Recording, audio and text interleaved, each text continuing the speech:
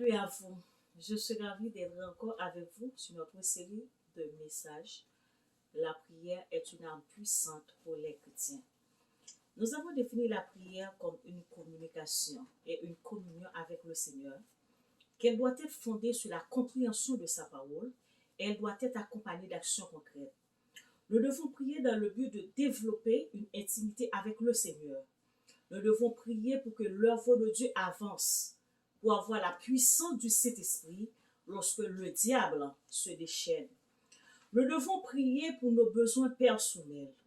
Nous prions pour démontrer notre dépendance par rapport à Dieu. Prier, c'est dire, Seigneur, je ne suis pas capable, mais toi, tu peux. La prière n'est pas ce que beaucoup de gens pensent. Elle est puissante si on l'utilise à bon escient. Qui peut prier pour que Dieu entende? Selon Proverbe 28, le verset 9, si quelqu'un se détourne l'oreille pour ne pas écouter Dieu, sa prière même est une abomination. Parfois, vous et moi, nous prions mais en vain. Nous prions d'une façon désespérée parce que nous sommes en contravention avec le Seigneur. Nous vivons de la désobéissance. Si nous détournons l'oreille pour ne pas écouter Dieu, ne mettons pas en tête qu'il va nous écouter. Sauf si nous venons de sa présence dans un esprit brisé et de confession. Il dit encore dans Zacharie chapitre 7, le verset 11 à 13. Celui qui n'écoute pas mes paroles, moi aussi, je n'écouterai pas quand il m'évoquera. Beaucoup de gens disent que le Seigneur n'exauce pas leur prière parce que vous ne prêtez pas attention à ce qu'il dit. Le Seigneur n'est pas le Père Noël, ni quelqu'un qu'on peut manipuler quand on veut. Ne faites pas de la prière un défoulement, une corvée. Vous devez chercher premièrement le royaume de Dieu. La Bible est très claire dans Proverbe chapitre 1er, versets 24 à 28. Puisque j'appelle et que vous résistez, puisque j'étends mes mains et que personne n'y prend point garde, puisque vous rejetez tous mes conseils et que vous n'aimez pas mes réprimandes, moi aussi, je rirai quand vous serez dans le malheur, et je me moquerai de vous quand la tempête vous emportera. Au verset 28, il dit, alors, ils m'appelleront et je ne répondrai pas. Ils me chercheront et ils ne me trouveront pas. Parfois, nous manquons de discernement spirituel. Nous ne cherchons pas à comprendre la parole de Dieu. La Bible dit que notre Dieu est un Dieu tout-puissant. Son oreille n'est pas trop dure pour nous entendre, mais ce sont nos péchés qui nous mettent une séparation. Nous devons avoir une intimité avec lui, c'est-à-dire s'approcher de lui dans une confession, comme l'a dit le psalmiste. M'approcher de Dieu, c'est mon bien. Mais par manque de compréhension de sa parole et par manque de discernement spirituel, nous vivons à contre-courant de sa volonté et nos prières deviennent des corvées. La Bible dit, fais de l'Éternel tes délices et il te donnera ce que ton cœur désire. Les yeux de l'Éternel sont sur les justes et ses oreilles sont attentives à leurs cris.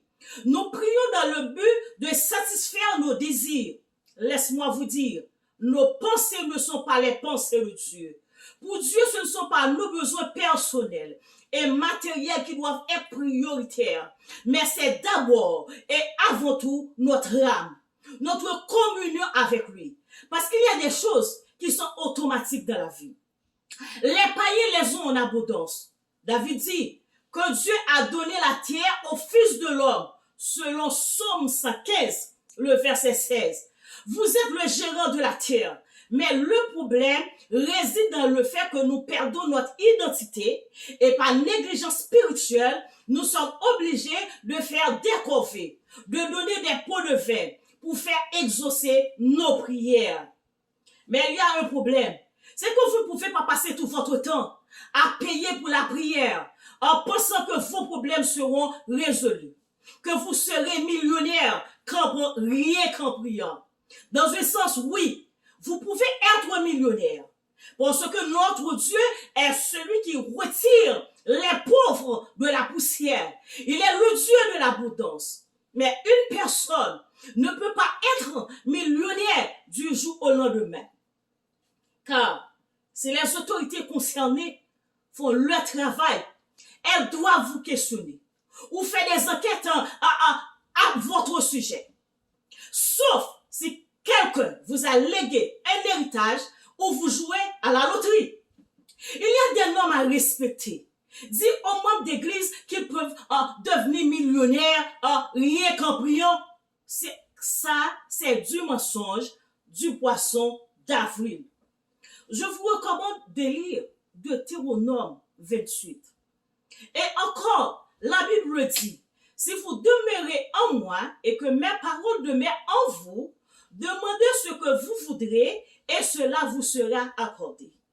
La prière est une âme puissante pour les chrétiens. Quand doit-on prier? On peut prier à tout moment. La Bible nous recommande de prier sans cesse, à l'aube, à minuit, autant que nous pouvons. La Bible dit que Daniel priait 3 fois par jour. Cela dépend de vous. Les chrétiens prient dans la persévérance. On doit prier en tout temps, à tout moment et en tout lieu. Paul dit dans 1 Timothée chapitre 2, le verset 8, « Je veux que tous les hommes prient en tout lieu, en élevant des mains pures, sans colère ni mauvaise pensée. » En tout lieu. Jésus dit à la femme samaritaine, dans Jean chapitre 4, le verset 21, « Le moment viendra où il ne sera plus question de cette montagne-ci, ni de Jérusalem pour adorer le Père. » Verset 24. Dieu est esprit et il faut que ceux qui l'adorent en esprit et en vérité. Nos cœurs doivent regarder à Dieu en fredonnant un cantique, soit un cantique spirituel qui n'a jamais été entonné par des auteurs humains, des psalmistes, etc. Mais un chant qui vient d'en haut. Le chrétien prie en tout temps. Il vit dans une atmosphère de prière, de gloire, le cœur dirigé en haut. Nous devons prier pour notre âme, notre ministère, notre famille, etc.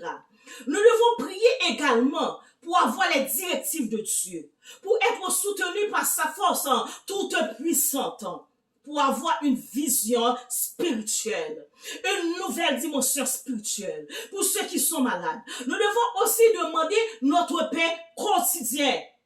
Nous devons prier avec action de grâce de la puissance du Saint-Esprit.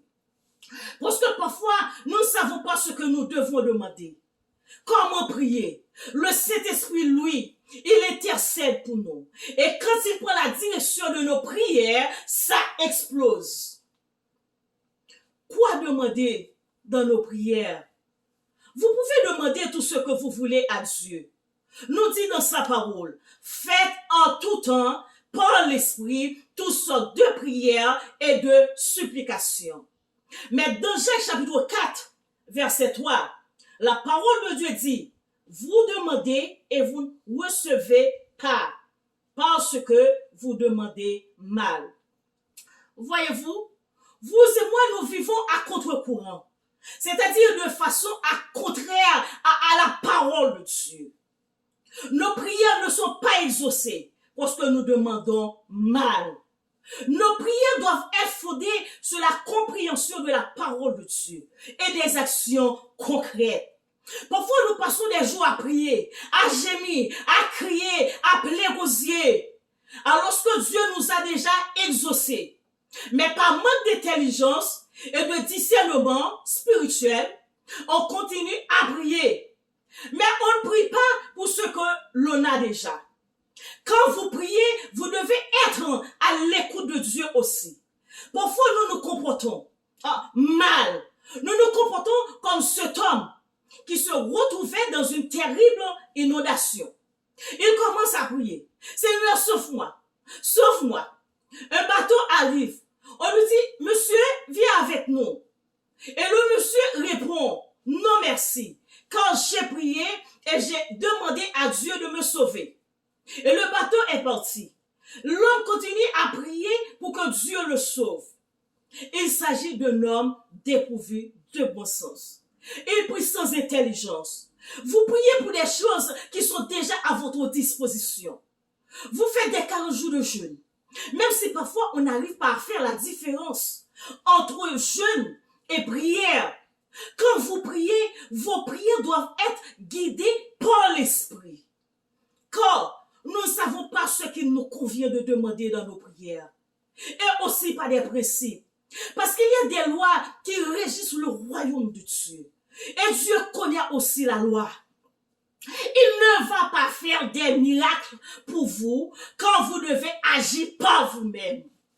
Ce que qu'on doit faire par nous-mêmes, on ne demande pas à Dieu de le faire à notre place. On n'a qu'à écouter ses conseils et ses directives. Quoi que ce soit que nous demandions de lui, nous le recevons de lui.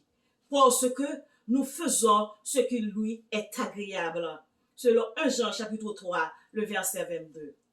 Vous qui êtes chrétiens, j'aimerais vous rappeler que Dieu n'est pas aussi loin que certains le pensent. Oui, j'assume ce que je dis. Vous priez et Dieu ne répond pas.